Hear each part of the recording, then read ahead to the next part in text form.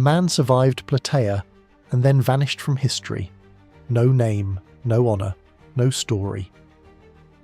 3 days after the battle, he was found wandering through the marshes near the Asopus River, unarmed, disoriented, one of a few hundred left alive from an army that had once stretched beyond the horizon. Whatever he saw inside that camp, he never spoke of it. And the Greeks? They didn't even bother writing his name down. That silence, that erasure, tells you everything. Because you already know Thermopylae, you know the 300 Spartans, the last stand, the speeches, the myth of heroic defeat. But what if I told you that story was only the beginning? What came after wasn't noble. It wasn't poetic. It was decisive. It was brutal. And it changed history far more than Thermopylae ever did. But almost nobody talks about it. 11 months after Thermopylae, the Spartans came back. Not 300 this time, 5,000.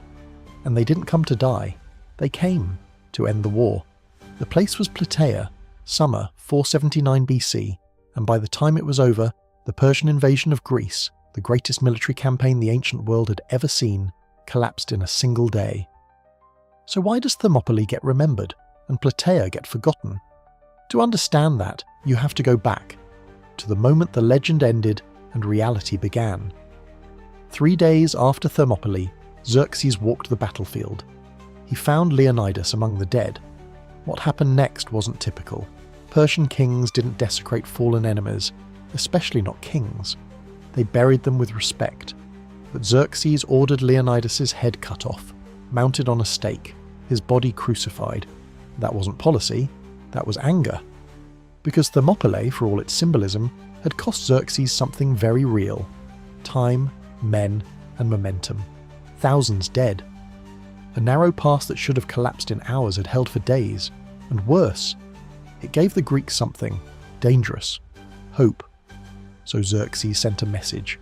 This is what resistance looks like. But something went wrong. Because instead of breaking Greek resolve, it hardened it. Athens fell next. Evacuated before the Persians arrived, the city stood empty as Xerxes' army marched in. And then, methodically, they burned it. Temples, sanctuaries, the sacred heart of the city. Gone. Not looting. Not chaos. Erasure. The goal wasn't just to defeat Greece, it was to erase it. But here's the part most people miss. When you burn a city, but its people are still alive, watching from ships just offshore, you don't destroy their identity, you concentrate it. And that's when things started to fracture, because the Greeks weren't united, not really. After Thermopylae, the alliance almost collapsed. Sparta had a plan: abandon northern Greece entirely, build a defensive wall at the Isthmus of Corinth, protect only the Peloponnese, let Athens burn. Strategically, it made sense, but for the Athenians, homeless, watching their city reduced to ash, it was unacceptable. So Themistocles made a threat. If Sparta wouldn't fight for Greece, Athens would leave. They would take their fleet, the largest in the Greek world, and sail west, start over, and without that fleet, Persia could land anywhere, any time. The alliance held, but barely, which means when the Greeks marched to Plataea, they weren't united by trust, they were united by necessity. And then there were the Spartans, 5,000 Spartiates. That number matters, because a Spartiate wasn't just a soldier, it was the end product of a system designed to produce something almost inhuman, taken at age 7, trained in pain, conditioned for endurance, taught to hold the line no matter what. Out of every generation, only a fraction made it through. Now imagine 5,000 of them, all in one place. Sparta had never done that before, which tells you something. This wasn't just another battle. This was everything. Their commander was Pausanias, not a king, but a regent, holding power for Leonidas' young son, which meant he carried something heavy into this battle, not just command, expectation, revenge, and the burden of holding together an alliance that could fracture at any moment.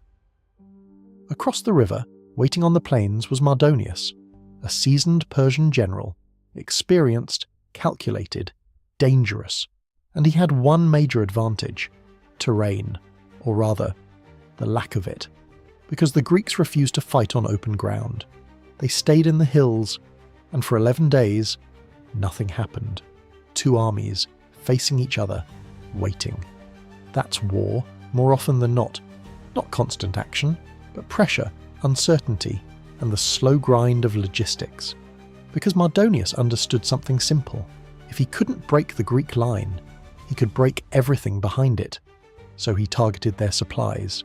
Cavalry raids cut off food convoys, harassed movement, burned resources, and then he found the spring, the Gargathian spring, the only reliable water source for the entire Greek army. He destroyed it, just like that. 80,000 men, without water, without food. And suddenly, the hills weren't an advantage anymore. They were a trap. Pausanias had no choice. He ordered a night withdrawal, 3 columns, silent movement, coordinated retreat to a better position near Plataea. On paper, it was the right call. In reality, it almost destroyed them, because one man refused, a Spartan officer named Amompharitus.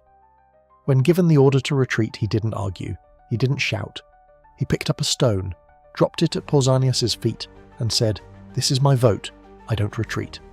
Think about that. In the middle of a fragile operation, one commander refuses, and Pausanias can't just leave him, because Spartans don't abandon their own. So while the rest of the army begins moving, the Spartans are delayed. Arguments in the dark, confusion spreading, and by the time they finally move, the army is no longer an army. It's scattered, fragmented, vulnerable. At dawn, Mardonius sees it. The Greek position, half empty, units moving, formation broken. From his perspective, this isn't a tactical withdrawal, it's a rout. So he does what any commander would do, he attacks. And in that moment, the entire war balances on a misunderstanding. The Persian cavalry strikes first. The Spartans, still regrouping, turn to face them. Pausanias sends for the Athenians, but they're already engaged, locked in combat with Greek allies fighting for Persia, which means when the main Persian force hits, the Spartans stand alone. And then something strange happens. Pausanias doesn't charge. He waits, under a rain of arrows, holding position, because he's waiting for a sign. A sacrifice, an omen. It sounds irrational, but in that moment, it's everything. Because discipline isn't just about training, it's about belief. The Tegeans, next to them, can't take it. They advance early, and finally, the signal comes. Advance. 5,000 Spartans step forward, not running, walking, shields locked, formation tight. A wall of bronze and pressure, moving as one. The Persians fight hard. This isn't a collapse. They grab spears with bare hands, break them, push back. But their weapons are shorter, their shields weaker, and the Spartan line doesn't stop. In the center of it all is Mardonius, on horseback, visible, leading, and as long as he's there, the line holds. Then a man sees him, a Spartan named Arimnestus. He doesn't throw a spear. He picks up a stone and throws it. It hits. Mardonius falls, and just like that, everything changes. The Persian line doesn't collapse instantly, but something breaks. Momentum, confidence, structure. Men who were fighting seconds ago turn and run. What follows isn't a battle, it's a pursuit. Toward the Persian camp, a fortified enclosure, thousands of men, no commander, no plan. The Greeks break in, first the Tegeans, then the Athenians, then the Spartans, and inside, history goes quiet. Ancient sources don't describe it in detail, not because nothing happened, but because too much did.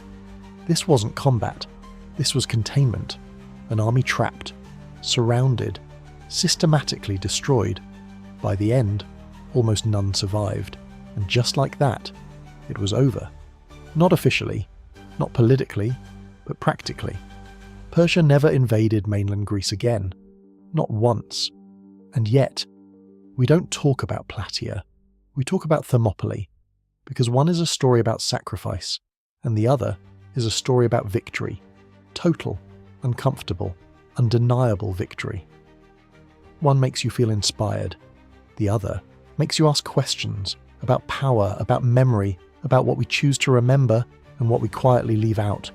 Somewhere a man walked away from that battlefield. No name, no story, no place in history, but maybe that silence is the story, because history doesn't always remember what mattered most.